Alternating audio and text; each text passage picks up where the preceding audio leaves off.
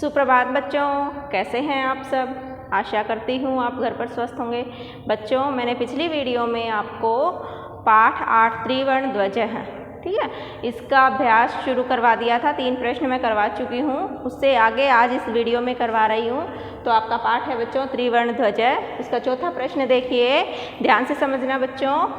एक वाक्येन उत्तरत्, एक वाक्य में मतलब पूरे वाक्य में आपको उत्तर देना है। पहला प्रश्न है, अस्माकं ध्वजस्य श्वेत वर्ण है कस्य सूचकः अस्ति। हमारे झंडे का जो श्वेत वर्ण है, श्वेत मतलब सफ़ेद, वर्ण मतलब रंग है, कस्य मतलब किसका सूचक है। फिर से देखो बच्चों, हमारे, अस्माकं मतलब हमारे झंडे का सफ़ेद रंग किसका सूचक है। तो इसका उत्तर है अस्माकं ध्वजस्य श्वेत वर्ण है शान्ते सूचकः अस्ति। आपको क्या करना है, पूरा जो प्रश्न है उसमें से उतार देना है और ये जो कस्य शब्द है इसको हटाकर इसकी जगह आपको शान्ते लिखना है। शान्ते मतलब शांति का सूचक है। तो झंडे में जो सफ़ेद रंग है बच्चों वो किसका सूचक है, शांति का। अगला प्रश्न है, अशोक स्तंभ है कुत्र अस्ति। अशोक स्तंभ जो है वो कहाँ पर है। अशोक स्तंभ है सारनाथे अस्ति। अशोक स्तंभ सारनाथ में है। अगला, त्रिवर्ण ध्वजस्य उत्तोलनं कदा भवति। तिरंगे झंडे का उत्तोलन कदा मतलब कब, भवति मतलब होता है। उत्तोलन का मतलब फहराना बच्चों। तो तिरंगा झंडा कब कब फहराया जाता है। त्रिवर्ण ध्वजस्य उत्तोलनम, तिरंगे झंडे का उत्तोलन स्वतंत्रता दिवसे गणतंत्र दिवसे च भवति। कब कब होता है, स्वतंत्रता दिवस पर और गणतंत्र दिवस पर होता है। समझ में आया। फिर से देखो, तिरंगे झंडे का उत्तोलन या फहराना स्वतंत्रता दिवस पर और गणतंत्र दिवस पर होता है। ये गणतंत्र दिवस कब मनाया जाता है बच्चों, 26 जनवरी को, और स्वतंत्रता दिवस हमारा 15 अगस्त को मनाया जाता है। तब हम तिरंगा झंडा फहराते हैं। अगला, अशोक चक्रे कति अराहा सन्ति। जो हमारा झंडा है तिरंगा, उसके बिल्कुल बीच में एक चक्र बना होता है, उसे अशोक चक्र के नाम से जाना जाता है बच्चों। तो जो अशोक चक्र है उसमें कति, कति का मतलब कितनी, अराहा जो उसमें लाइनें बनी मतलब तिल्लियाँ जो बनी हुई हैं उनको अराह कहते हैं। संति मतलब हैं। अशोक चक्र में कितनी तिल्लियाँ हैं। अशोक चक्रे चतुर्विंशतिः अराः सन्ति। अशोक चक्र में चतुर्विंशति का मतलब बच्चों 24। चतुर मतलब 4, विंशति मतलब 20, 20 और 4 24। तो चतुर्विंशति होता है बच्चों 24। अराः सन्ति तिल्लियाँ हैं। अशोक चक्र में 24 तिल्लियाँ हैं। ये प्रश्न 4 जो है बच्चों आपका यहाँ कंप्लीट हो गया है। अब मैं प्रश्न 5 करवा रही हूँ, ध्यान से समझना। प्रश्न निर्माणम कुरु। अब आपको उत्तर मिल रहा है, उसका आपको प्रश्न बनाना है। तो पहला है आपका, अस्माकं त्रिवर्ण ध्वज है विश्व विजयी भवेत्। ठीक है, हिंदी समझो बच्चों इसकी। हमारा तिरंगा झंडा विश्व विजयी भवेत् मतलब हो या होवे। हमारा तिरंगा झंडा विश्व विजयी होवे। इसमें जो लाइन लगी है, रेखा किसके नीचे है बच्चों, त्रिवर्ण ध्वज है। तो अब हमें इसका ऐसा प्रश्न बनाना है कि जिसका उत्तर निकले त्रिवर्ण ध्वज है। तो इसका प्रश्न बन सकता है कि हमारा क्या विश्व विजयी होए। तो उत्तर बनेगा तिरंगा झंडा। तो बच्चों आपको क्या करना है, आपको इस त्रिवर्ण ध्वज की जगह है कै, क्या लिखा है मैंने, देखो बच्चों यहाँ पर कै। ठीक है, तो आपको पूरा बाकी का जो वाक्य है वो वैसा का वैसा लिखना है और इस त्रिवर्ण ध्वज की जगह कै लिखना है। और फिर जब सेंटेंस कंप्लीट हो जाए आपका तो लास्ट में आपको प्रश्नवाचक चिन्ह लगाना है। ये होगा फिर आपका प्रश्न निर्माण इसका। अगला देखिए, स्वधर्मात् प्रमादम वयम न कुर्याम। स्वधर्मात् का मतलब है अपने धर्म के साथ या अपने धर्म से प्रमाद, प्रमाद मतलब मजाक।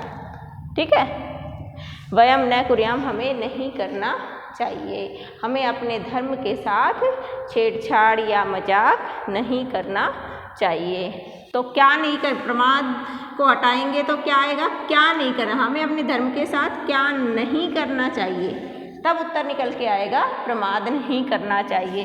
तो किम, किम का मतलब क्या, तो आपको प्रमाद को हटा देना है और उसकी जगह किम लगा देना है। बाकी के शब्द यूं के यूं रहेंगे आपके।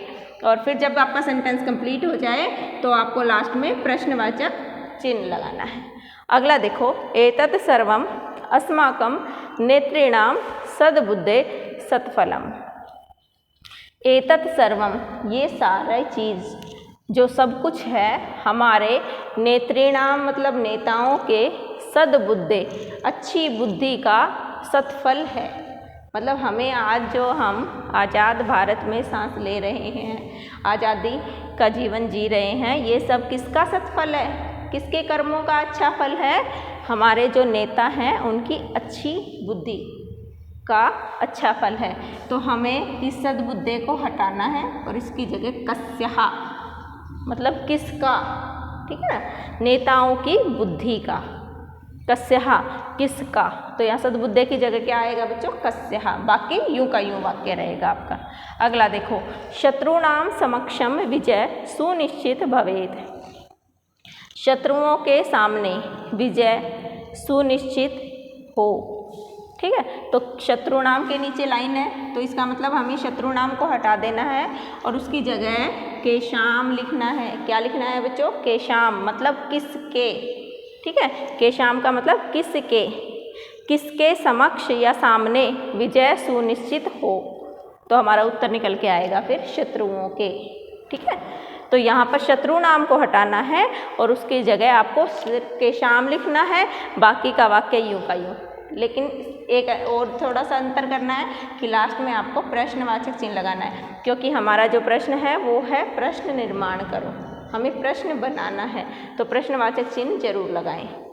अगला प्रश्न देखिए, ये कंप्लीट हो गया है बच्चों आपका प्रश्न। अगला प्रश्न देखो, समुचित मेलनम कुरुत। यहाँ पर आपको कुछ यहाँ शब्द दिए हैं, उसके अपोजिट में कुछ सेंटेंस दिए हैं, उनका सही के साथ मिलान करना है। तो यहाँ पे मैंने मिलान करके लिखे हुए हैं बच्चों, तो ध्यान से समझो। केसर वर्ण है, केसरिया रंग, जो झंडे में सबसे ऊपर रंग हमारा सैफरन कलर होता है, केसरिया रंग किसका प्रतीक है, शौर्यस्य त्यागस्य च सूचक।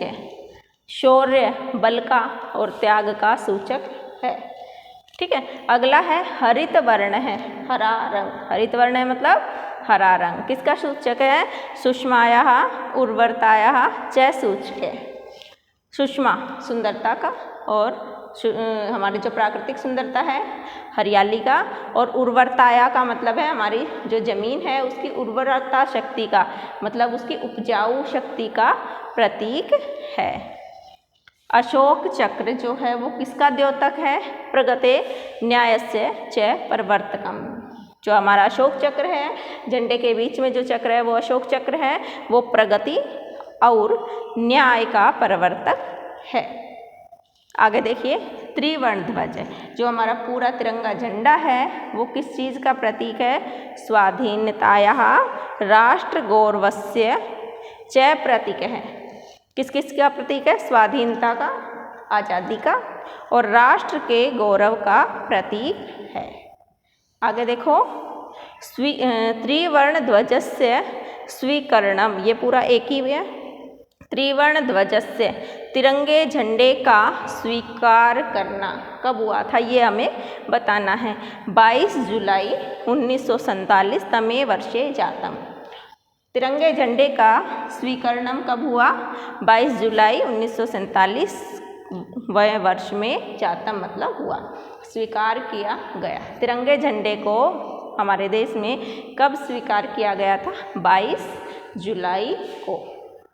समझ में आया बच्चों, ये है आपका 7वां प्रश्न। यहाँ पर बच्चों आपका ये कंप्लीट हो गया है अभ्यास। ये देखिए बच्चों, प्रश्न 5 के बाद मैंने प्रश्न 7 कराया, प्रश्न 6 नहीं कराया है मैंने, ठीक है।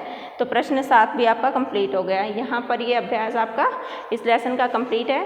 आशा करती हूँ आपको समझ आया होगा। सभी बच्चे ध्यान से इसे लिखेंगे अपनी नोटबुक में और याद करेंगे। Thank you.